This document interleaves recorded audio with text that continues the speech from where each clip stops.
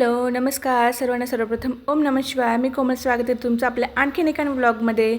तर मी आज बनवणार आहे खरवस. तर मी इथे घेतलेलं आहे अर्धा लिटर चीक आणि अर्धा लिटर समप्रमाणामध्ये दूध. तर सर्वप्रथम मी इथे पातेल्यामध्ये चीक काढून घेते आहे आणि त्यामध्ये मी मिक्स करणार आहे तितक्याच प्रमाणामध्ये असलेलं दूध. तर मला हे ज्यांच्याकडनं मी चीक घेतलं होतं त्यांनीच सांगितलेलं आहे की तुम्ही समप्रमाणामध्ये दूध मिक्स करा. त्यानंतर मी यात घालणार आहे 1 वाटी साखर. ही साधारण 100 ते 150 ग्रॅम साखर आहे. आमच्या घरात थोडं मीडियम गोड खातात त्यामुळे मी 1 वाटीच साखर टाकलेली आहे.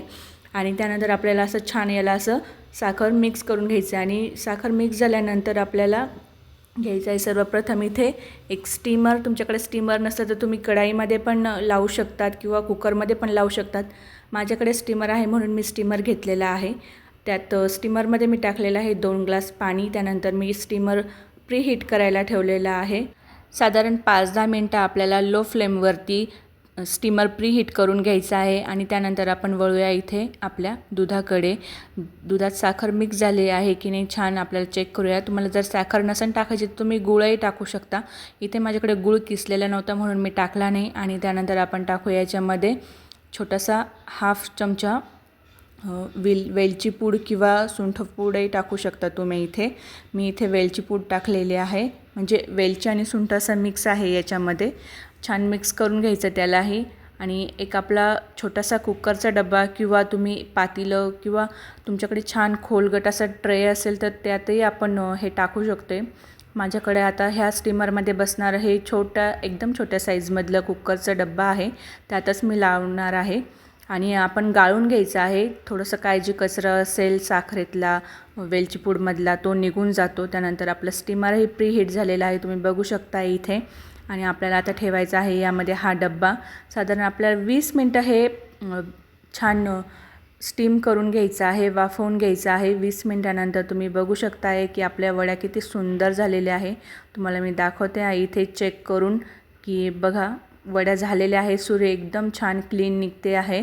यानंतर आपल्याला 10 मिनटं रूम टेम्परेचरवरती आपल्याला हे खरवस थंड करून घ्यायचं आहे. आणि 15 मिनटं फ्रीजमध्ये सेट व्हायला ठेवायचं आहे. 15 मिनटानंतर तुम्ही बघू शकता आहे खरवस आपलं छान सेट झालेलं आहे. आणि आता मी याच्या वड्या पाडून घेत आहे. खरवस जर गरम गरम कट केलं तर ते तुटण्याची शक्यता असते, त्याच्या वड्या पडत नाही व्यवस्थित. त्यामुळे मी इथे याला फ्रीजमध्ये सेट करून घेतलं. तुम्ही बघू शकता माझं अजून थोडं गरमच होतं त्यामुळे पहिली वडी जी आहे जे खरवस आहे ती तुटलेली आहे. त्यानंतर मी तुम्हाला आणखीन काढून दाखवते. आपलं छान जाळीदार आणि गुबगुबीत असं खरवस तयार झालेलं आहे. तुम्हीही चीक आणा आणि चिकाचे हे खरवस तयार करून बघा. घरच्या घरी सोपं आणि कमी खर्चामध्ये तयार होणारं इझी असं खरवस तुम्हाला कसं वाटलं मला कमेंट करून नक्की सांगा. व्हिडिओ आवडला तर लाईक करा. चॅनलवर नवीन असाल तर प्लीज चॅनलला सबस्क्राईब करा. भेटूया लवकरच एका आणखीन छान व्हिडिओमध्ये. बघू शकता तुम्ही इथे किती शेवटची वडी किती सुंदर अशी निघाली. मी तुम्हाला काढून दाखवते अजून. बघू शकता तुम्ही थंड झाल्यानंतर हे खूप छान प्रकारे याच्या वड्या निघतात. भेटूया लवकरच. तोपर्यंत बाय.